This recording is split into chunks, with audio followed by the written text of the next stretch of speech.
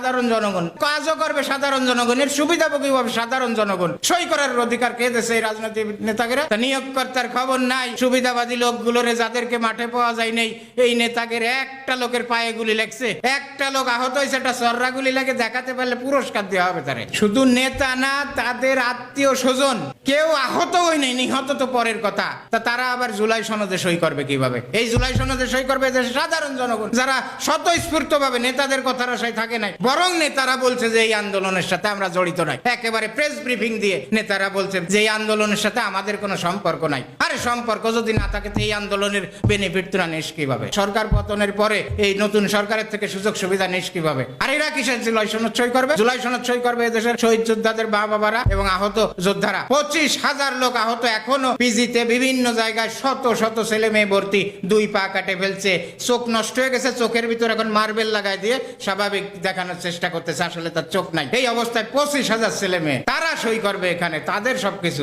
তাদের দাবি তো ন্যায্য।